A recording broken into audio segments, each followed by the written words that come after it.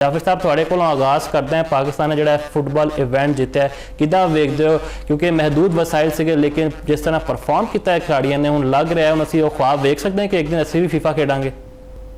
जी मुफाद साहब थोड़ा बहुत बहुत शुक्रिया जी। बिल्कुल ख्वाब वेखण च कोई पाबंदी नहीं, ख्वाब वेखांगे तो ख्वाब हकीकत बनणगे।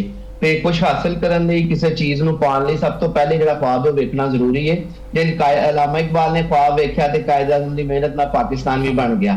ਇਸ ਤਰ੍ਹਾਂ ਜੇ ਅਸੀਂ ख्वाब ਵੇਖਾਂਗੇ ਤੇ ਇਨਸ਼ਾਅੱਲਾ ਇੱਕ ਦਿਨ ਆਏਗਾ ਕਿ ਪਾਕਿਸਤਾਨ ਦੀ ਟੀਮ फीफा ਦੇ ਵਿੱਚ ਕੁਆਲੀਫਾਈ ਕਰੇਗੀ। ਲੇਕਿਨ ਤੁਹਾਨੂੰ ਪਤਾ ਉਹਦੇ ਲਈ ਸਾਨੂੰ ਬਹੁਤ ਜ਼ਿਆਦਾ ਮਿਹਨਤ ਦਰਕਾਰ ਹੋਏਗੀ, ਕਿਉਂਕਿ ਜਿਹੜੀ ਪਾਕਿਸਤਾਨ ਦੀ ਫੀਫਾ ਦੇ ਹਿਸਾਬ ਨਾਲ ਇੰਟਰਨੈਸ਼ਨਲ ਰੈਂਕਿੰਗ ਹੈ ਉਹ 200 ਤੋਂ ਵੀ ਥੱਲੇ ਨੰਬਰਾਂ 'ਚ ਜਿਹੜੇ 211 ਮੁਲਕ ਨੇ ਟੋਟਲ ਫੀਫਾ ਦੇ ਮੈਂਬਰ ਨੇ, ਐਸੋਸੀਏਟ ਮੈਂਬਰ ਨੇ, ਉਹਨਾਂ ਦੇ ਵਿੱਚ ਪਾਕਿਸਤਾਨ ਦਾ ਨੰਬਰ ਆਖਰੀ 10 ਮੁਲਕਾਂ ਦੇ ਵਿੱਚ ਆਂਦਾ ਹੈ। ਲੇਕਿਨ ਉਸ ਤੋਂ ਬਾਵਜੂਦ ਜਿਹੜੀ ਕੱਲ ਉਹਨਾਂ ਬਿਹਤਰੀਨ ਖੇਡ ਪੇਸ਼ ਕੀਤੀ ਹੈ ਤੇ ਉਸ ਤੋਂ ਬਾਅਦ ਜਿੱਤੇ ਨੇ, ਉਹ ਬੜੀ ਕਾਬਲੇ ਤਾਰੀਫ ਹੈ ਸਾਡੇ ਮੁੰਡਿਆਂ ਨੇ। ਵਾਕਈ ਤੁਸੀਂ ਗੱਲ ਕੀਤੀ ਕਿ ਅਫਗਾਨਿਸਤਾਨ ਦੇ ਕੁਝ ਮੁੰਡੇ ਨੇ ਯੂਰਪ 'ਚ ਵੀ ਸੈਟਲਡ ਨੇ ਤੇ ਉੱਥੇ ਵੀ ਫੁੱਟਬਾਲ ਨਾਲ ਜੁੜੇ ਹੋਏ ਨੇ ਤੇ ਉਹਨਾਂ ਨੂੰ ਹਰਾਉਣਾ ਕੋਈ ਛੋਟੀ ਗੱਲ ਨਹੀਂ ਸੀ। ਮੁਫਾਦ ਸਾਹਿਬ ਸਭ ਤੋਂ ਪਹਿਲੇ ਜੇ ਵੇਖਿਆ ਜਾਏ ਤੇ ਪਾਕਿਸਤਾਨ ਨੇ ਥਰੂ ਆਊਟ ਦਾ ਟੂਰਨਾਮੈਂਟ ਕੋਈ ਮੈਚ ਨਹੀਂ ਹਾਰਿਆ, ਆਪਣੇ तमाम मैच जीते ने। ਇਹਦੇ ਵਿੱਚ ਉਹਨਾਂ 7 ਗੋਲ ਸਕੋਰ ਕੀਤੇ ਨੇ ਟੋਟਲ ਪਾਕਿਸਤਾਨ ਦੀ ਟੀਮ ਨੇ। ਤੇ ਕੱਲ ਤੁਸੀਂ ਵੇਖੋ ਨਾ ਕਿ 1952 ਤੋਂ ਬਾਅਦ ਅਸੀਂ ਕੋਈ ਵੱਡਾ ਟਾਈਟਲ ਜਿੱਤਿਆ, ਪਹਿਲਾ ਇੰਟਰਨੈਸ਼ਨਲ ਟਾਈਟਲ ਹੈ ਸਾਡੇ ਕੋਲ 1952 ਤੋਂ ਬਾਅਦ ਤੋਂ ਲੈ ਕੇ ਹੁਣ ਤੱਕ। ਤੇ ਇੱਕ ਬਹੁਤ ਵੱਡੀ ਕਾਮਯਾਬੀ ਹੈ ਤੇ ਬਿਲਕੁਲ ਇਹਨੂੰ ਕਹਿ ਸਕਦੇ ਹਾਂ ਕਿ ਨਵਾਂ ਆਗਾਜ਼ ਹੋ ਸਕਦਾ ਹੈ ਪਾਕਿਸਤਾਨ ਦੇ ਵਿੱਚ ਫੁੱਟਬਾਲ ਦੇ ਖੇਡ ਦਾ। ਤੇ ਜੇ ਗੱਲ ਕੀਤੀ ਜਾਏ ਤੇ ਸਭ ਤੋਂ ਜ਼ਿਆਦਾ ਕਾਬਲੇ ਜ਼ਿਕਰ ਜਿਹੜਾ ਸ਼ੇਖ ਦੋਸਤ ਦਾ ਗੋਲ ਸੀ ਨਾ, ਜਿਹੜਾ ਉਹਨਾਂ ਬਾਈਸਾਈਕਲ ਕਿਕ ਤੇ ਕੀਤਾ, ਤੁਸੀਂ ਵੇਖਿਆ ਹੋਵੇਗਾ, ਉਹਦੇ ਚਰਚੇ ਸੋਸ਼ਲ ਮੀਡੀਆ ਤੇ ਵੀ ਬਹੁਤ ਜ਼ਿਆਦਾ ਨੇ। ਤੇ ਗਰਾਊਂਡ ਦੇ ਵਿੱਚ ਜਿਹੜੇ ਉਸ ਟਾਈਮ ਸ਼ਾਇਕੀਨ ਮੌਜੂਦ ਸਨ ਉਹਨਾਂ ਨੇ ਤੇ ਕਮੈਂਟੇਟਰਸ ਨੇ ਵੀ ਉਹਨਾਂ ਨੂੰ ਬਹੁਤ ਦਾਦ ਦਿੱਤੀ ਉਹਨਾਂ ਦੀ ਉਸ ਬਾਈਸਾਈਕਲ ਕਿਕ ਤੇ। ਤੇ ਮੈਂ ਵੇਖ ਰਿਹਾ ਸਾਂ ਤੇ ਸੋਸ਼ਲ ਮੀਡੀਆ ਤੇ ਇੱਕ ਸਾਰਫ ਨੇ ਉਹਨਾਂ ਨੂੰ ਕਿਹਾ ਸੀ ਕੋਨ ਰੋਨਾਲਡੋ ਸਾਡੇ ਕੋਲ ਆਪਣਾ ਸ਼ੇਖ ਦੋਸਤ ਵੀ ਹੈ। ਤੇ ਇਹੋ ਜਿਹੀਆਂ ਗੱਲਾਂ ਵੀ ਹੋਣ ਲੱਗ ਪਈਆਂ ਨੇ। ਤੇ ਤੁਹਾਨੂੰ ਪਤਾ ਪਾਕਿਸਤਾਨੀ ਜ਼ਰਾ ਥੋੜੇ ਜਿਹੇ ਜਜ਼ਬਾਤੀ ਕੌਮ ਨੇ, ਕੋਈ ਥੋੜੀ ਜਿਹੀ ਖੁਸ਼ੀ ਮਿਲਦੀ ਹੈ ਤੁਹਾਨੂੰ ਬਹੁਤ ਜ਼ਿਆਦਾ ਸੈਲੀਬ੍ਰੇਟ ਕਰਦੇ ਨੇ। ਤੇ ਜੇ ਐਸੇ ਤਰ੍ਹਾਂ ਕੋਈ ਦੂਜੇ ਪਾਸੇ ਕੋਈ ਹਾਰ ਜਾਏ ਟੀਮ ਤੇ ਉੱਤੋਂ ਦਾ ਜਿਹੜਾ ਰੱਦੇ ਮਲੇ ਉਹ ਵੀ ਜ਼ਿਆਦਾ ਆਉਂਦਾ ਹੈ। ਲੇਕਿਨ ਸਭ ਤੋਂ ਜ਼ਿਆਦਾ ਖੁਸ਼ਾਇੰਦ ਗੱਲ ਹੈ ਕਿ ਪਾਕਿਸਤਾਨ ਦੀ ਜਿਹੜੀ ਫੁੱਟਬਾਲ ਦੀ ਟੀਮ ਸੀ ਉਹਨਾਂ ਬੜੇ ਮਹਦੂਦ ਵਸਾਇਲ ਦੇ ਵਿੱਚ ਰਹਿੰਦੇ ਹੋਇਆ ਕਾਮਯਾਬੀ ਸਮੇਟੀ ਹੈ। ਤੇ ਇਸ ਤੋਂ ਜ਼ਿਆਦਾ ਸ਼ਾਇਦ ਗੱਲ ਹੈ ਕਿ ਉਹਦੇ ਉੱਤੇ ਵਜ਼ੀਰ ਆਜ਼ਮ ਨੇ ਕੱਲ ਟੀਮ ਨੂੰ ਮੁਬਾਰਕਬਾਦ ਵੀ ਦਿੱਤੀ ਹੈ ਤੇ ਉਹਨਾਂ ਦਾ ਟਵੀਟ ਆਇਆ ਵਜ਼ੀਰ ਆਜ਼ਮ ਦਾ ਸ਼ਹਿਬਾਜ਼ ਸ਼ਰੀਫ ਸਾਹਿਬ ਦੇ ਉੱਤੇ ਮੁੰਡਿਆਂ ਦੀ ਮੁਬਾਰਕਬਾਦ ਦੇ ਰਹੇ ਸਨ ਤੇ ਸ਼ਾਬਾਸ਼ ਦੇ ਰਹੇ ਸਨ, ਜਿਹਦੇ ਤੋਂ ਲੱਗਦਾ ਹੈ ਕਿ ਹੋ ਸਕਦਾ ਹੁਣ ਗਵਰਨਮੈਂਟ ਹੈ ਜਿਹੜੀ ਸਾਡੀ ਹੁਕੂਮਤ ਹੈ सवाल बनता है। तुसीं ठीक है कि बांग्लादेश को तुहाडा मैच बराबर होया, लेकिन असीं फिर मालदीव्स नूं शिकस्त भी दित्ती ते फिर कल अफगानिस्तान नूं हराया। लेकिन जिहड़े फंड्स लभदे हैं हर साल फीफा नूं करोड़ों रुपए विच, ओह कहंदे कि खिलाड़ियां दी फलाह बहबूद ते इस्तेमाल नहीं होंदे, फैसिलिटीज़ की कमी है। लेकिन हुण तुहानूं लगता है कि हुण सारा सिनेरियो तब्दील होएगा, खास तौर पर इस इवेंट तो बाद हुण PFF की भी जिम्मेदारी है कि खिलाड़ियों तो ज़्यादा तो ज़्यादा इन्वेस्ट करन, कोई कैंप्स लाण, क्योंकि पिंडां देहातां तो मेरा भी जनूबी पंजाब तो ताल्लुक है, उत्थे भी स्क्रीनां लगदियां ते फुटबॉल नाल बड़ी मुहब्बत की जाती है। देखो मुफाद फुटबॉल ਜਿਹੜਾ ਨਾ ਪਾਕਿਸਤਾਨ ਦਾ ਕੌਮੀ ਖੇਡ ਹਾਕੀ ਹੈ, ਲੇਕਿਨ ਫੁੱਟਬਾਲ ਪਾਕਿਸਤਾਨ ਦੇ ਵਿੱਚ ਕ੍ਰਿਕਟ ਤੋਂ ਬਾਅਦ ਖੇਡੇ ਜਾਣ ਵਾਲਾ ਸਭ ਤੋਂ ਮਕਬੂਲ ਖੇਡ ਹੈ। ਤੇ ਉਹਦੇ ਵਿੱਚ ਲੋਕਾਂ ਦੀ ਦਿਲਚਸਪੀ ਵੀ ਜ਼ਿਆਦਾ ਹੁੰਦੀ ਹੈ। ਤੁਸੀਂ ਵੇਖ ਲਓ ਹਾਕੀ ਵਰਲਡ ਕੱਪ ਹੋ ਰਿਹਾ ਹੋਏਗਾ ਤੇ ਲੋਕਾਂ ਨੂੰ ਇਹਨਾਂ ਨਹੀਂ ਪਤਾ ਹੋਏਗਾ, ਹਾਲਾਂਕਿ ਅਸੀਂ 4 ਵਾਰੀ ਹਾਕੀ ਦਾ ਵਰਲਡ ਕੱਪ ਜਿੱਤੇ ਹੋਏ ਹਾਂ। ਲੇਕਿਨ ਉਹਦੇ ਬਾਅਦ ਜਦੋਂ ਫੁੱਟਬਾਲ ਦਾ ਫੀਫਾ ਦਾ ਵਰਲਡ ਕੱਪ ਹੋ ਰਿਹਾ ਹੁੰਦਾ ਤੇ ਲੋਕਾਂ ਦੇ ਵਿੱਚ ਨਾ ਇੱਕ ਜੋਸ਼ੋ ਖਰੋਸ਼ ਹੁੰਦਾ ਤੇ ਤੁਹਾਨੂੰ ਆਪਣੀਆਂ ਖੇਡਾਂ ਦਾ ਸਮਾਨ ਵੇਚਣ ਵਾਲੀਆਂ ਦੁਕਾਨਾਂ ਦੇ ਉੱਤੇ ਮੁxtਲਿਫ ਟੀਮਾਂ ਦੀਆਂ ਟੀਮ ਜਰਸੀਆਂ ਵੀ ਵਿਕਦੀਆਂ ਨਜ਼ਰ ਆਉਂਦੀਆਂ ਨੇ। ਤੇ ਪਾਕਿਸਤਾਨੀਆਂ ਦੀ ਫੁੱਟਬਾਲ ਨਾਲ ਮੁਹੱਬਤ ਬਿਲਕੁਲ ਹੁਣ ਬਹੁਤ ਜ਼ਿਆਦਾ ਜਿਹੜੀ ਸਾਡੀ ਪਾਕਿਸਤਾਨ ਫੁੱਟਬਾਲ ਫੈਡਰੇਸ਼ਨ ਉਹਦੀ ਤੇ ਜ਼ਿੰਮੇਵਾਰੀ ਆਇਦ ਹੁੰਦੀ ਹੈ ਕਿ ਉਹ ਗਵਰਨਮੈਂਟ ਤੋਂ ਅਪੀਲ ਵੀ ਕਰੇ, ਗਵਰਨਮੈਂਟ ਨੂੰ ਇਸ ਚੀਜ਼ ਤੇ ਜ਼ੋਰ ਵੀ ਪਾਏ ਕਿ ਉਹਨਾਂ ਨੂੰ ਫੰਡ ਦਿੱਤੇ ਜਾਣ ਤੇ ਜੋ ਉਹਨਾਂ ਨੂੰ ਫੰਡ ਜਿਹੜਾ ਮਿਲ ਰਿਹਾ ਫੀਫਾ ਵੱਲੋਂ ਉਹਨੂੰ ਅੱਛੇ ਤਰੀਕੇ ਨਾਲ ਖਿਲਾੜੀਆਂ ਦੀ ਫਲਾਹ ਬਹਬੂਦ ਤੇ ਇਸਤੇਮਾਲ ਕਰਨ, ਕਿਉਂਕਿ ਜਿੰਨੀ ਦੇਰ ਤੱਕ ਖਿਲਾੜੀ ਖੁਸ਼ਹਾਲ ਨਹੀਂ ਹੋਏਗਾ ਤੁਸੀਂ ਅੱਛੇ ਖੇਡ ਦੀ ਤੋਕੋ ਨਹੀਂ ਕਰ ਸਕਦੇ। ਠੀਕ ਹੈ ਕਿ ਕਈ ਦਫਾ ਹੁੰਦਾ ਕਿ ਅਸੀਂ ਖਿਲਾੜੀਆਂ ਦੇ ਉੱਤੇ ਬੇਪਨਾਹ ਵਸਾਇਲ ਲਾਣੇ ਵੀ ਆ, ਲੇਕਿਨ ਰਿਜ਼ਲਟ ਉਹ ਨਹੀਂ ਮਿਲਦਾ ਜਿਵੇਂ ਸਾਨੂੰ ਕਈ ਵਾਰੀ ਕ੍ਰਿਕਟ ਤੋਂ ਸਾਡਾ ਦਿਲ ਟੁੱਟਦਾ ਤੇ ਲੇਕਿਨ ਉਹਦਾ ਕੋਈ ਮਤਲਬ ਨਹੀਂ ਕਿ ਕ੍ਰਿਕਟ ਤੋਂ ਦਿਲ ਟੁੱਟਦਾ ਤੇ ਅਸੀਂ ਦੂਜੇ ਖੇਡਾਂ ਵੱਲ ਜਾਈਏ ਹੀ ਨਾ। ਸਾਨੂੰ ਬਿਲਕੁਲ ਇਸ ਗੱਲ ਦੀ ਅਸ਼ਦ ਜ਼ਰੂਰਤ ਹੈ ਕਿ ਅਸੀਂ ਪਾਕਿਸਤਾਨ ਦੇ ਵਿੱਚ ਜਿਹੜਾ ਫੁੱਟਬਾਲ ਦਾ ਖੇਡ ਹੈ ਉਹਨੂੰ ਉਜਾਗਰ ਕਰੀਏ, ਉਹਦੀ ਅਹਿਮੀਅਤ ਉਜਾਗਰ ਕਰੀਏ, ਲੋਕਾਂ 'ਚ ਉਹਦੇ ਇੰਟਰਸਟ ਵਧਾਈਏ। ਤੇ ਪਾਕਿਸਤਾਨ ਦੇ ਵਿੱਚ ਮੁxtਲਿਫ ਸਕੂਲਾਂ ਦੇ ਵਿੱਚ ਗਲੀ ਮਹੱਲਿਆਂ ਦੇ ਵਿੱਚ ਵੀ ਤੁਹਾਨੂੰ ਹੁਣ ਦੇਖਣਾ ਫੀਫਾ ਦੇ ਬੁਖਾਰ 'ਚ ਬੱਚੇ ਮੁਬਤਲਾ ਨਜ਼ਰ ਆਉਣਗੇ ਤੇ ਬੱਚਿਆਂ ਨਾਲ ਵੱਡੇ ਵੀ ਟੀਵੀ ਸਕਰੀਨਾਂ ਦੇ ਸਾਹਮਣੇ ਬਹਿ ਕੇ, ਹਾਲਾਂਕਿ ਪਾਕਿਸਤਾਨ ਦੀ ਟੀਮ ਸ਼ਰੀਕ ਨਹੀਂ ਹੋ ਰਹੀ ਲੇਕਿਨ ਉਸ ਤੋਂ ਬਾਵਜੂਦ ਪੂਰਾ ਟੂਰਨਾਮੈਂਟ ਜਿਹੜੀ ਵੀਵਰਸ਼ਿਪ ਹੈ ਪਾਕਿਸਤਾਨ 'ਚ ਬਹੁਤ ਜ਼ਿਆਦਾ ਹੁੰਦੀ ਹੈ। ਤੇ ਇਸ ਲਈ ਹੁਣ ਵਕਤ ਆ ਗਿਆ ਕਿ ਗਵਰਨਮੈਂਟ ਨੂੰ ਚਾਹੀਦਾ ਹੈ, ਪਾਕਿਸਤਾਨ ਫੁੱਟਬਾਲ ਫੈਡਰੇਸ਼ਨ ਨੂੰ ਚਾਹੀਦਾ ਹੈ ਕਿ ਇਹਦੇ ਉੱਤੇ ਤਵੱਜਾ ਦੇ ਤੇ ਖਿਡਾਰੀਆਂ ਦੀ ਫਲਾਹ ਬਹਬੂਦ ਤੇ ਕੰਮ ਕੀਤਾ ਜਾਏ ਤਾਂ ਕਿ ਜਿਹੜੇ ਮੈਂ ਤੇ ਤੁਸੀਂ ਜਿਹੜਾ ਫੀਫਾ ਖੇਡਣ ਦਾ ਖਾਬ ਵੇਖ ਰਹੇ ਹੋ ਜਲਦ ਤੋਂ ਜਲਦ ਪੂਰਾ ਹੋ ਸਕੇ। ਬਿਲਕੁਲ ਜੀ, ਇਨਸ਼ਾਅੱਲਾ ਪੂਰਾ ਹੋਏਗਾ ਕਿਉਂਕਿ ਉਮੀਦ ਤੇ ਦੁਨੀਆ ਕਾਇਮ ਹੈ। ਜ਼ਰਾ ਇੱਕ ਸ਼ਾਰਟ ਕਮੈਂਟ ਕਰ ਦੇਣਾ ਕਿ ਅੱਜ ਤੋਂ ਫੀਫਾ ਵਰਲਡ ਕੱਪ ਦਾ ਵੀ ਆਗਾਜ਼ ਹੋ ਰਿਹਾ ਤੇ ਪਹਿਲਾ ਮੈਚ ਖੇਡਿਆ ਜਾਏਗਾ ਮੈਕਸੀਕੋ ਤੇ ਜਨੂਬੀ ਅਫਰੀਕਾ ਦੇ ਦਰਮਿਆਨ।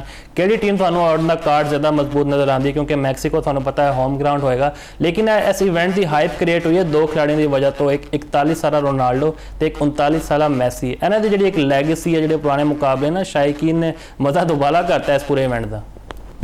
ਜੀ ਬਿਲਕੁਲ ਐਂ ਜੀ, ਅੱਜ ਤੋਂ ਫੀਫਾ ਦਾ ਦੁਨੀਆ ਖੇਡ ਦਾ ਜਿਹੜਾ ਦੂਜਾ ਵੱਡਾ ਮੇਲਾ ਉਹ ਲੱਗਣ ਜਾ ਰਿਹਾ ਹੈ ਅਮਰੀਕਾ ਤੇ ਮੈਕਸੀਕੋ ਦੇ ਵਿੱਚ। ਉਹ ਸਟਾਰਟ ਹੋ ਰਿਹਾ ਅੱਜ, ਉਹਦੀ ਰੰਗਾ ਰੰਗ ਜਿਹੜੀ ਇਫਤਤਾਹੀ ਤਕਰੀਬ ਹੈ ਉਹ ਹੋ ਜਾਏਗੀ ਤੇ ਉਸ ਤੋਂ ਬਾਅਦ ਫਿਰ ਪਾਕਿਸਤਾਨੀ ਵਕਤ ਦੇ ਮੁਤਾਬਿਕ ਕੱਲ ਸਵੇਰ 12 ਵਜੇ ਅਸੀਂ ਇਹ ਮੈਚ ਵੇਖ ਰਹੇ ਹੋਵਾਂਗੇ ਮੈਕਸੀਕੋ ਤੇ ਸਾਊਥ ਅਫਰੀਕਾ ਦੇ ਵਿੱਚ। ਤੇ ਆਬਵੀਅਸਲੀ ਜਿਹੜਾ ਹੋਮ ਟੀਮ ਨੂੰ ਐਡਵਾਂਟੇਜ ਹੋਏਗਾ ਤੇ ਮੇਰੀ ਨਜ਼ਰ ਦੇ ਵਿੱਚ ਜਿਹੜਾ ਮੈਕਸੀਕੋ ਦਾ ਪਲੜਾ ਹੈ ਉਹ ਇਸ ਮੈਚ ਦੇ ਵਿੱਚ ਭਾਰੀ ਹੋਏਗਾ ਸਾਊਥ ਅਫਰੀਕਾ ਤੇ ਦੂਜੇ ਪਾਸੇ ਜਿਹੜਾ ਰੋਨਾਲਡੋ ਤੇ ਮੈਸੀ ਨੇ ਉਹ ਹੋ ਸਕਦਾ ਆਪਣੇ ਕੈਰੀਅਰ ਦਾ ਆਖਰੀ ਵਰਲਡ ਕੱਪ ਖੇਡ ਰਹੇ ਹੋਣ ਤੇ ਜਿਹੜੇ ਮੈਸੀ ਨੇ ਉਹ ਤੁਹਾਨੂੰ ਪਤਾ ਦਿਫਾਈ ਚੈਂਪੀਅਨ ਟੀਮ ਦੇ ਕਪਤਾਨ ਵੀ ਨੇ ਤੇ ਬਿਲਕੁਲ ਉਹਨਾਂ ਦੋਹਾਂ ਦਾ ਜਿਹੜਾ ਹੋਣਾ ਤੇ ਉਹਨਾਂ ਦਾ ਜਲਵਾਗਰ ਹੋਣਾ ਹੀ ਇਸ ਇਵੈਂਟ ਦੀ ਕਾਮਯਾਬੀ ਦੀ ਇੱਕ ਜ਼ਮਾਨਤ ਹੋਏਗਾ ਤੇ ਲੋਕੀ ਵੇਖਣ ਪਹੁੰਚਣਗੇ ਤੇ ਲੋਕ ਪਸੰਦ ਕਰ ਰਹੇ ਨੇ। ਤੇ ਪੁਰਤਗਾਲ ਤੇ ਮੈਸੀ, ਪੁਰਤਗਾਲ ਤੇ ਰੋਨਾਲਡੋ ਤੇ ਮੈਸੀ ਤੇ ਅਰਜਨਟਾਈਨਾ ਦੀ ਫੈਨ ਫੋਲੋਇੰਗ ਉਂਝ ਵੀ ਬਹੁਤ ਜ਼ਿਆਦਾ ਹੈ ਤੇ ਲੋਕੀ ਸ਼ਿੱਦਤ ਨਾਲ ਉਹਨਾਂ ਦੀ ਅਰਜਨਟੀਨਾ ਤੇ ਪੁਰਤਗਾਲ ਦੇ ਮੈਚ ਵੇਖਣ ਦੀ ਬਤਾਬ ਨੇ। ਬਿਲਕੁਲ ਜੀ, ਉਮੀਦ ਕਰਦੇ ਹਾਂ ਕਿ ਸਾਰੇ ਮੈਚਸ ਚੰਗੇ ਹੋਣਗੇ ਤੇ ਅਸੀਂ ਵੀ ਇਨਸ਼ਾਅੱਲਾ ਇੰਜੋਏ ਕਰਾਂਗੇ। ਜ਼ਰਾ ਕ੍ਰਿਕਟ ਦੀ ਗੱਲ ਕਰਦੇ ਹਾਂ। ਯਾਸਿਰ ਸਾਹਿਬ, ਹੁਣ ਪਾਕਿਸਤਾਨ ਟੀਮ ਅਨਾਉਂਸ ਹੋ ਚੁੱਕੀ ਹੈ ਏਸ਼ੀਅਨ ਗੇਮਸ ਲਈ ਤੇ ਸਾਹਿਬਜ਼ਾਦਾ ਫਰਹਾਨ ਉੱਤੇ ਵੱਡੀ ਜ਼ਿੰਮੇਵਾਰੀ ਸੌਂਪ ਦਿੱਤੀ ਗਈ ਹੈ ਕਪਤਾਨੀ ਦੀ। ਤੇ ਨਾਲ ਇੰਟਰਸਟਿੰਗ ਚੀਜ਼ ਹੈ ਕਿ ਅਬਦੁਲ ਸਮਦ ਨੂੰ ਵਾਈਸ ਕੈਪਟਨ ਟੀਮ ਦਾ ਬਣਾਇਆ ਗਿਆ ਹੈ। ਓਵਰਆਲ ਜੇ ਅਸੀਂ ਸਕੁਆਡ ਦੀ ਗੱਲ ਕਰੀਏ, ਮਿਡਲ ਆਰਡਰ ਤੇ ਬੋਲਰਸ ਅਲੀ ਰਜ਼ਾ, ਸੁਫਿਆਨ ਮੁਕੀਮ, ਕਿੱਦਾਂ ਵੇਖਦੇ ਹੋ ਤੁਸੀਂ? ਬਹੁਤ ਵੱਡਾ ਸਰਪ੍ਰਾਈਜ਼ ਹੈ ਮੁਫਾਜ਼, ਤੁਹਾਨੂੰ ਵੀ ਮੁਬਾਰਕ ਹੋਵੇ। ਤੁਸੀਂ ਚੌਪਾਲ ਦੇ ਉੱਤੇ ਜਿਹੜਾ ਨਾ ਬਹੁਤ ਜ਼ਿਆਦਾ ਯੰਗਸਟਰਸ ਨੂੰ, ਜਿਸ ਤਰ੍ਹਾਂ ਤੁਸੀਂ ਸੁਫਿਆਨ ਮੁਕੀਮ ਨੂੰ ਬੈਕ ਕੀਤਾ, ਅਹਿਮਦ ਦਾਨਿਆਲ ਨੂੰ ਬੈਕ ਕੀਤਾ, ਉਸ ਤੋਂ ਬਾਅਦ ਮਾਸ ਸਦਾਕਤ ਹੋਵੇ ਜਿਸ ਤਰ੍ਹਾਂ ਅਮਰਜਿੰਗ ਏਸ਼ੀਆ ਕੱਪ ਦੇ ਵਿੱਚ ਇਹਨਾਂ ਨੇ ਪਰਫਾਰਮ ਕੀਤਾ। ਤੇ ਇਹ ਤਵੱਕੋ ਨਹੀਂ ਸੀ ਸ਼ਾਇਕੀਨੇ ਕ੍ਰਿਕਟ ਨੂੰ ਕਿ ਇਹੋ ਜਿਹੀ ਟੀਮ ਜਿਹੜੀ ਹੈ ਨਾ ਜਿਹਦੇ ਵਿੱਚ ਸ਼ਾਹੀਨ ਸ਼ਾਹ ਅਫਰੀਦੀ, शादाब खान ਜਿਹੜੇ ਕਿ ਮਾਈਕ ਹੈਸਨ ਨੂੰ ਬਹੁਤ ਜ਼ਿਆਦਾ ਪਸੰਦ ਨੇ, ਲੇਕਿਨ ਸ਼ਾਦਾਬ ਦੀ ਜਗ੍ਹਾ ਸਾਦ ਮਸੂਦ ਸੇਮ ਪਲੇਅਰ, ਜਿਸ ਤਰ੍ਹਾਂ ਉਹ ਲੈਗ ਬ੍ਰੇਕ ਕਰਦੇ ਨੇ, ਨਾਲ ਥੋੜੀ ਬਹੁਤ ਬੈਟਿੰਗ ਕਰ ਲੈਂਦੇ ਤੇ ਟੀਮ ਦਾ ਜਿਹੜਾ ਕੰਬੀਨੇਸ਼ਨ ਹੈ ਉਹਦੇ ਵਿੱਚ ਝਲਕ ਜਿਹੜੀ ਨਾ ਬੋਲਿੰਗ ਬੈਟਿੰਗ ਆਲਰਾਊਂਡਰ ਜਿਹੜੀ ਉਹ ਡਿਬੇਟ ਪਾਕਿਸਤਾਨ 'ਚ ਚੱਲਦੀ ਰਹਿੰਦੀ ਉਹ ਜ਼ਰੂਰ ਹੈ। ਜਿਸ ਤਰ੍ਹਾਂ ਸਾਇਮ ਅਯੂਬ ਦੇਖੋ 2025 ਤੋਂ ਬਾਅਦ ਚੈਂਪੀਅਨਸ ਟਰਾਫੀ ਦੇ ਵਿੱਚ ਨਹੀਂ ਸੀ ਸ਼ਮੂਲੀਅਤ ਅਖਤਿਆਰ ਕੀਤੀ ਇਹਨਾਂ ਨੇ, ਉਸ ਤੋਂ ਬਾਅਦ ਵੀ ਇਹਨਾਂ ਦੀ ਕੋਈ ਪਰਫਾਰਮੈਂਸ ਨਹੀਂ ਆਈ ਜਦੋਂ ਦੇ ਇੰਜਰੀ ਤੋਂ ਬਾਅਦ ਆਏ ਨੇ। ਇੱਕ ਸ਼ਾਹੀਨ ਸ਼ਾਹ ਅਫਰੀਦੀ ਇੰਜਰੀ ਤੋਂ ਬਾਅਦ ਆਏ ਸਨ, ਉਹਨਾਂ ਦੀ ਪਰਫਾਰਮੈਂਸ ਅੱਛੀ ਨਹੀਂ, ਤੇ ਬਾਅਦ ਚੋਂ ਸਾਇਮ ਅਯੂਬ ਦੀ ਜਿਹੜੀ ਨਾ ਇੰਜਰੀ ਤੋਂ ਬਾਅਦ ਪਰਫਾਰਮੈਂਸ ਅੱਛੀ ਨਹੀਂ ਹੈ, ਉਹ ਵੀ ਟੀਮ ਦੇ ਵਿੱਚ ਮੌਜੂਦ ਨੇ।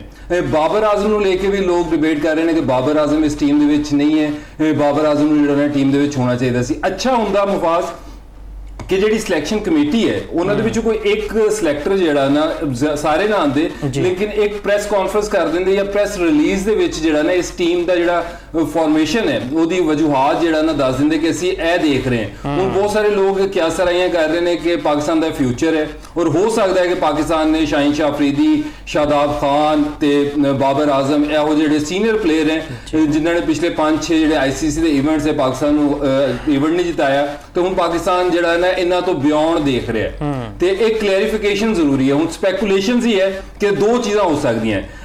ਅਗਰ ਇੰਡੀਆ ਦਾ ਸਕੁਆਡ ਅਸੀਂ ਦੇਖੀਏ ਨਾ ਏਸ਼ੀਅਨ ਗੇਮਸ ਦੇ ਵਿੱਚ, ਉਹਦੇ ਵਿੱਚ ਐਕਸਪੀਰੀਅੰਸ ਦਿਖਾਈ ਦਿੰਦਾ ਤੁਹਾਨੂੰ ਉਹੀ ਟੀਮ ਦਿਖਾਈ ਦਿੰਦੀ ਹੈ ਜਿਹੜੀ ਵਰਲਡ T20 ਦੀ ਚੈਂਪੀਅਨ ਟੀਮ ਹੈ। ਉਹਨਾਂ ਨੇ ਕਪਤਾਨ ਜਿਹੜਾ ਸੂਰਿਆ ਕੁਮਾਰ ਯਾਦਵ ਨੂੰ ਚੇਂਜ ਕੀਤਾ, ਅਯਰ ਨੂੰ ਕਪਤਾਨ ਲੈ ਕੇ ਆਏ ਨੇ, ਤੇ ਉਹ ਉਹਨਾਂ ਦਾ ਇੰਟਰਨਲ ਚੇਂਜ ਹੈ, ਮਤਲਬ ਕਿ ਉਹ ਫੁੱਲ ਸਟਰੈਂਥ ਟੀਮ ਦੇ ਨਾਲ ਆ ਰਹੇ ਨੇ। ਜਸਪ੍ਰੀਤ ਬੁਮਰਾ ਵੀ ਹੈ, ਤਿਲਕ ਵਰਮਾ ਵੀ ਹੈ, ਸੰਜੂ ਸੈਮਸਨ ਵੀ ਹੈ, ਸੂਰਿਆਵੰਸ਼ੀ ਵੀ ਹੈ, ਤੇ ਪਾਕਿਸਤਾਨ ਨੇ ਜਿਹੜਾ 2022 ਦਾ ਏਸ਼ੀਆ ਕੱਪ ਸੀ ਉਸ ਟੈਂਪਲੇਟ ਦੇ ਮੁਤਾਬਿਕ, ਮਤਲਬ ਉਸ ਏਸ਼ੀਆ ਕੱਪ ਦੇ ਵਿੱਚ ਇੰਡੀਆ, ਅਫਗਾਨਿਸਤਾਨ, ਸ਼੍ਰੀਲੰਕਾ, ਪਾਕਿਸਤਾਨ ਨੇ ਆਪਣੀ A ਟੀਮ ਮਤਲਬ ਫੁੱਲ ਸਟਰੈਂਥ ਟੀਮ ਨਹੀਂ ਭੇਜੀ, ਤੇ ਇਸ ਟੀਮ ਨੂੰ ਦੇਖ ਕੇ ਲੱਗਦਾ ਹੈ ਕਿ ਪਾਕਿਸਤਾਨ ਨੇ ਸ਼ਾਇਦ ਜਿਸ ਤਰ੍ਹਾਂ 2022 ਦੇ ਵਿੱਚ ਇੱਕ A ਟੀਮ ਭੇਜੀ ਸੀ, ਇਹ ਵੀ ਤੁਸੀਂ ਕਹਿ ਸਕਦੇ ਹੋ। ਜਿਸ ਤਰ੍ਹਾਂ ਸਾਹਿਬਜ਼ਾਦਾ ਫਰਹਾਨ ਨੂੰ ਜਿਹੜਾ ਨਾ ਕਪਤਾਨ, ਸਾਹਿਬਜ਼ਾਦਾ ਫਰਹਾਨ ਦੀ ਪਰਫਾਰਮੈਂਸ ਨੋ ਡਾਊਟ ਬਹੁਤ ਅੱਛੀ ਹੈ। ਅਗਰ ਇੱਕ ਹੀ ਪਲੇਅਰ ਜਿਹਨੇ T20 ਕ੍ਰਿਕਟ ਦੇ ਵਿੱਚ ਵਰਲਡ T20 ਦੇ ਵਿੱਚ ਵੀ ਜਿਹੜਾ ਨਾ 383 ਸਕੋਰ ਕੀਤੇ 73 ਦੀ ਐਵਰੇਜ ਦੇ ਨਾਲ, ਪੂਰੇ ਸਾਲ ਦੇ ਵਿੱਚ ਵੀ ਜਿਹੜਾ ਨਾ ਟੌਪ ਦਾ ਜਿਹੜਾ ਬੱਲੇਬਾਜ਼ ਹੈ T20 ਕ੍ਰਿਕਟ ਦੇ ਵਿੱਚ ਪਾਕਿਸਤਾਨ ਦਾ, ਉਹ ਸਾਹਿਬਜ਼ਾਦਾ ਫਰਹਾਨ ਹੀ ਹੈ। T20 ਰੈਂਕਿੰਗ ਦੇ ਵਿੱਚ ਵੀ ਉਹਨਾਂ ਦੀ ਜਿਹੜੀ ਨਾ ਰੈਂਕਿੰਗ ਨੰਬਰ 3 ਦੇ ਉੱਤੇ ਹੈ, ਲੇਕਿਨ ਉਹਨਾਂ ਨੇ ਡੋਮੈਸਟਿਕ ਹੋਵੇ ਜਾਂ ਪਾਕਿਸਤਾਨ A ਹੋਵੇ ਉਸ ਸਤ੍ਹਾ ਦੇ ਉੱਤੇ ਕਪਤਾਨੀ ਨਹੀਂ ਕੀਤੀ ਹੋਈ। ਬਗੈਰ ਕਪਤਾਨੀ ਦੇ ਉਹਨਾਂ ਨੂੰ ਕਪਤਾਨ ਲਾਇਆ ਗਿਆ। ਫਿਰ ਅਬਦੁਲ ਸਮਦ ਜਿਹੜੇ ਨੇ ਉਹਨਾਂ ਨੇ ਸਿਰਫ 5 T20 ਮੁਕਾਬਲੇ ਖੇਡੇ ਨੇ, ਉਹ ਵੀ ਕਪਤਾਨ ਨੇ।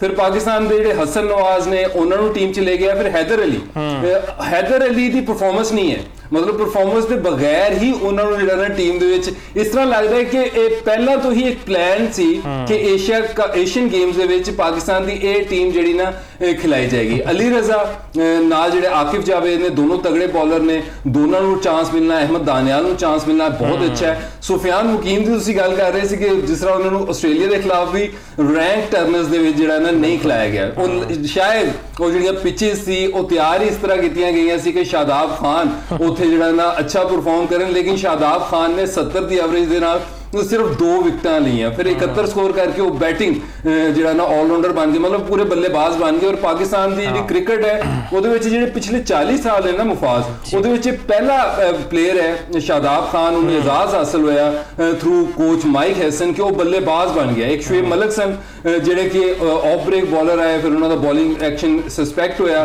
ਫਿਰ ਉਹ ਬੱਲੇਬਾਜ਼ ਬਣ ਗਏ। ਫਿਰ ਸ਼ਾਦਾਬ ਖਾਨ ਇੱਕ ਹੀ ਬੱਲੇਬਾਜ਼ ਹੈ ਪਾਕਿਸਤਾਨ ਦਾ ਜਿਹੜਾ ਕਿ ਇੱਕ ਬॉलर ਦੇ ਤੌਰ ਦੇ ਉੱਤੇ ਟੀਮ ਤੇ ਆਇਆ, ਤੇ ਹੁਣ ਉਹ 71 ਸਕੋਰ ਕਰਨ ਤੋਂ ਬਾਅਦ 5 50 ਓਡੀਆਈ ਦੇ ਵਿੱਚ ਪਿਛਲੇ 10 ਸਾਲਾਂ ਦੇ ਵਿੱਚ 2022 ਚ ਲਾਸਟ ਆਈ ਸੀ, 2026 ਚ ਫਿਰ ਆਈ 71 ਦੀ, ਉਸ ਤੋਂ ਬਾਅਦ ਜਿਹੜਾ ਨਾ ਚਲੋ ਇਹ ਤਾਂ ਅੱਛਾ ਹੋ ਗਿਆ ਨਾ ਕਿ ਸ਼ਾਦਾਬ ਖਾਨ ਟੀਮ ਦਾ ਕੈਪਟਨ ਨਹੀਂ ਹੈ। ਵੈਸੇ ਓਵਰਆਲ ਯਾਸਿਰ ਸਾਹਿਬ ਦੀ ਗੱਲਾਂ ਤੋਂ ਮੈਨੂੰ ਇਹੀ ਲੱਗਦਾ ਪਿਆ ਕਿ ਜ਼ਿਆਦਾ ਖੁਸ਼ ਦਿਖਾਈ ਨਹੀਂ ਦੇ ਰਿਹਾ ਸਕੁਆਡ ਤੇ ਕੁਝ ਕਮੀਆਂ ਕੋਤਾਹੀਆਂ ਜ਼ਰੂਰ ਨੇ। ਜਾਫਰ ਸਾਹਿਬ ਤੁਸੀਂ ਕਮੈਂਟ ਕਿਵੇਂ ਕਰੋਗੇ? ਨੋ ਡਾਊਟ ਸਾਇਦ ਫਰਹਾਨ ਬਹੁਤ ਟੈਲੈਂਟਡ ਖਿਡਾਰੀ ਹੈ, ਜਿੱਦਾਂ ਏਸ਼ੀਆ ਕੱਪ ਵਿੱਚ ਉਹਨਾਂ ਨੇ ਬੁਮਰਾਹ ਨੂੰ ਛੱਕੇ ਲਾਏ ਨੇ ਤੇ ਬੈਟਿੰਗ ਦੇ ਨਾਲ ਨਾਲ ਇੰਨੀ ਵੱਡੀ ਜ਼ਿੰਮੇਵਾਰੀ ਦੇ ਦੇਣਾ, ਫਿਰ ਅਬਦੁਲ ਸਮਦ ਨੂੰ ਵਾਈਸ ਕੈਪਟਨ ਬਣਾ ਦੇਣਾ, ਕਿਵੇਂ ਵੇਖਦੇ ਇਸ ਪੂਰੇ ਸਕੁਆਡ ਨੂੰ ਤੁਸੀਂ?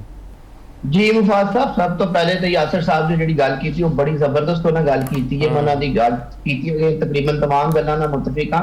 ਐਸੇ ਇੱਕ ਚੀਜ਼ ਵੇਖਣੀ ਪਏਗੀ, ਤੁਸੀਂ ਕਿਹਾ ਕਿ ਹੋ ਸਕਦਾ ਮੁਸਤਕਬਲ ਦੇ ਪਲਾਨ ਹੋਣ, ਲੇਕਿਨ ਜੇ ਮੁਸਤਕਬਲ ਦੇ ਪਲਾਨ ਦੇ ਹਿਸਾਬ ਨਾਲ ਟੀਮ ਬਣਾਈ ਹੈ ਤੇ ਸਾਹਿਬਜ਼ਾਦਾ ਫਰਾਨ ਨੂੰ 30 ਸਾਲ ਦੀ ਉਮਰ 'ਚ ਕਪਤਾਨੀ ਦੇ ਰਹੇ ਨੇ, ਤੇ ਇਹਦਾ ਮਤਲਬ ਹੈ ਕਿ ਜੇ 30 ਸਾਲ ਦੀ ਉਮਰ 'ਚ ਸਾਹਿਬਜ਼ਾਦਾ ਫਰਾਨ ਨੂੰ ਅਸੀਂ ਕਪਤਾਨੀ ਸੌਂਪ ਰਹੇ ਹਾਂ ਤੇ ਉਹ ਫਿਰ ਲੌਂਗ ਟਰਮ ਪਲਾਨ ਤੇ ਨਾ ਹੋਏ ਨਾ, ਫਿਰ ਅਗਲੇ 1.5-2 ਸਾਲ ਮਜ਼ੀਦ ਉਹਨਾਂ ਨੂੰ ਜੇ ਅਸੀਂ ਕਪਤਾਨੀ ਦੇ ਵੀ ਦੇਣੇ ਆਪਣੀ ਨੈਸ਼ਨਲ T20 ਸਾਈਡ ਦੀ, तो फिर फ्यूचर किथे गया? फिर पाकिस्तान लॉन्ग टर्म प्लानिंग नहीं कर रहा, फिर ਅਸੀਂ ਡੰਕ ਟਾਪ ਪਾਲਿਸੀ ਉਹਦੇ ਤੇ ਚੱਲੇ ਹੋਏ ਆ। ਦੂਜੀ ਗੱਲ ਹੈ ਕਿ ਜਦ ਬਿਲਕੁਲ ਜਿਹੜਾ ਸਕੁਆਡ ਉਹ ਬਿਲਕੁਲ ਬਹੁਤ ਜ਼ਿਆਦਾ ਉਹਦੇ ਜਿਹੜੇ ਮੁੰਡੇ ਐਸੇ ਨੇ ਜਿਨ੍ਹਾਂ ਨੇ ਕੋਈ ਬਹੁਤ ਜ਼ਿਆਦਾ ਕ੍ਰਿਕਟ ਨਹੀਂ ਖੇਡੀ, ਤੇ 2022 ਦੇ ਵਿੱਚ ਵੀ ਪਾਕਿਸਤਾਨ ਨੇ ਜਦੋਂ ਏਸ਼ੀਅਨ ਗੇਮਸ 'ਚ ਆਪਣੀ ਟੀਮ ਭੇਜੀ ਸੀ ਤਾਂ ਫੁੱਲ ਫਲੈਗ T20 ਸਾਈਡ ਉਦੋਂ ਵੀ ਨਹੀਂ ਸੀ ਭੇਜੀ, ਤੇ ਹੁਣ ਲੱਗ ਰਿਹਾ ਕਿ ਸ਼ਾਇਦ ਇਹ ਵੀ ਹੋ ਗਿਆ। ਤੁਸੀਂ ਵੇਖਿਆ ਹੋਏਗਾ ਕਿ ਸਾਡੇ ਪੜੋਸੀ ਮੁਲਕ ਦਾ ਜਿਹੜਾ ਮੀਡੀਆ ਉਹ ਵੀ ਇਹਦੇ ਤੇ ਬੜੀਆਂ ਖੁੱਲ-ਡੁੱਲ ਕੇ ਗੱਲਾਂ ਕਰ ਰਿਹਾ ਕਿ ਪਾਕਿਸਤਾਨ ਨੇ ਆਪਣੀ ਜਿਹੜੀ ਨੈਸ਼ਨਲ ਸਾਈਡ ਹੈ, ਇੰਟਰਨੈਸ਼ਨਲ ਸਾਈਡ ਹੈ T20 ਦੀ, ਉਹ ਨਹੀਂ ਭੇਜੀ, ਉਹਦੀ ਜਗ੍ਹਾ ਆਪਣੀ ਮੁਤਬਾਦਲ ਟੀਮ ਭੇਜਦੇ ਹੋ। ਤਾਂ ਬਿਲਕੁਲ ਇਹੋ ਜਿਹੇ ਸਵਾਲ ਉਦੋਂ ਜਨਮ ਲੈਂਦੇ ਨੇ ਜਦੋਂ ਤੁਸੀਂ ਕੋਈ ਕਲੈਰਿਟੀ ਨਹੀਂ ਕਰਦੇ ਤੇ ਟੀਮ ਅਨਾਉਂਸ ਕਰ ਦਿੰਦੇ ਹੋ। ਬਿਲਕੁਲ ਇੱਕ ਸਰਪ੍ਰਾਈਜ਼ਿੰਗਲੀ ਸਾਹਿਬਜ਼ਾਦਾ ਫਰਾਨ ਦਾ ਨਾਮ ਇਹਦਾ ਕਪਤਾਨ ਆਇਆ, ਤੇ ਅਸੀਂ ਜੇ ਸਮਝੇ ਕਿ ਸ਼ਾਇਦ ਸ਼ਾਦਾਬ ਖਾਨ ਉਹਨਾਂ ਨੇ ਪਲਾਨ ਚੋਂ ਕੱਢ ਦਿੱਤਾ ਤੇ ਸਾਹਿਬਜ਼ਾਦਾ ਫਰਾਨ ਨੂੰ ਅਗਲਾ ਕਪਤਾਨ ਬਣਾਉਣਾ ਚਾਹ ਰਹੇ ਨੇ, ਤੇ ਜਿੰਨੀ ਦੇਰ ਤੱਕ ਸ਼ਾਦਾਬ ਖਾਨ ਦੀ ਲੌਬੀ ਤੇ ਨਾਲ ਕੋਚ ਮਾਇਕ ਹੈਸਨ ਪਾਕਿਸਤਾਨੀ ਕ੍ਰਿਕਟ ਨਾਲ ਜੁੜੇ ਹੋਏ ਨੇ, ਇਹ ਤੇ ਸਾਡਾ ਵੀ ਖਾਬ ਹੀ ਰਹਿ ਜਾਏਗਾ। ਜਾਫਰ ਸਾਹਿਬ ਇੱਥੇ ਸਵਾਲੀਆ ਨਿਸ਼ਾਨ ਹੈਗਾ ਸਾਇਮ ਅਯੂਬ ਦੀ ਇਨਕਲੂਜਨ ਵਿੱਚ। ਲੋਕ ਇਹ ਵੀ ਕਹਿ ਰਹੇ ਨੇ ਕਿ ਉਹਨਾਂ ਚਲੋ ਓਡੀਆਈ ਵੀ ਡ੍ਰੌਪ ਕੀਤਾ ਲੇਕਿਨ T20 ਵਿੱਚ ਤਾਂ ਉਹਨਾਂ ਦੀ ਕੋਈ ਖਾਸ ਪਰਫਾਰਮੈਂਸ ਨਹੀਂ ਸੀ। ਇਹ ਚੰਗਾ ਨਾ ਹੁੰਦਾ ਕਿ ਸਮੀਰ ਮਿਨਹਾਸ ਨੂੰ ਮੌਕਾ ਦੇ ਦਿੱਤਾ ਜਾਂਦਾ ਜਿਹੜਾ ਕੰਸਿਸਟੈਂਟਲੀ 2 ਸਾਲ ਤੋਂ ਪਰਫਾਰਮ ਕਰੇ, T20 ਸਟੈਟਸ ਵੀ ਉਹਦੇ ਅੱਛੇ ਨੇ। ਮੁਫਾਜ਼ ਇਹੋ ਹੀ ਤਾਂ ਸਾਡਾ ਅਲਮੀਆ ਹੈ ਕਿ ਅਸੀਂ ਇੱਕ ਚੀਜ਼ ਨੂੰ ਇੱਕ ਆਪਣੇ ਫੈਸਲੇ ਨੂੰ ਜਸਟੀਫਾਈ ਕਰਨ ਲਈ ਦੂਜਾ ਗਲਤ ਫੈਸਲਾ ਕਰ ਦਿੰਦੇ ਆ। ਇਹ ਇੱਕ ਅਲਮੀਆ ਹੈ ਤੇ ਦੂਜਾ ਅਲਮੀਆ ਹੈ ਕਿ ਮੈਨੂੰ ਤੱਕ ICC ਦੀ ਆ ਵੀ ਸਮਝ ਨਹੀਂ ਆਈ ਕਿ ਉਹਨਾਂ ਨੇ ਸਾਇਮ ਅਯੂਬ ਨੂੰ ਕਿਸ ਬੇਸ ਦੇ ਉੱਤੇ ਨੰਬਰ 1 ਆਲਰਾਊਂਡਰ ਬਣਾਇਆ ਹੋਇਆ ਰੈਂਕਿੰਗ ਦੇ ਵਿੱਚ। ਇਹ ਤਾਂ ਸਾਨੂੰ ਵੀ ਅਜੇ ਤੱਕ ਸਮਝ ਨਹੀਂ ਆਈ ਵੈਸੇ।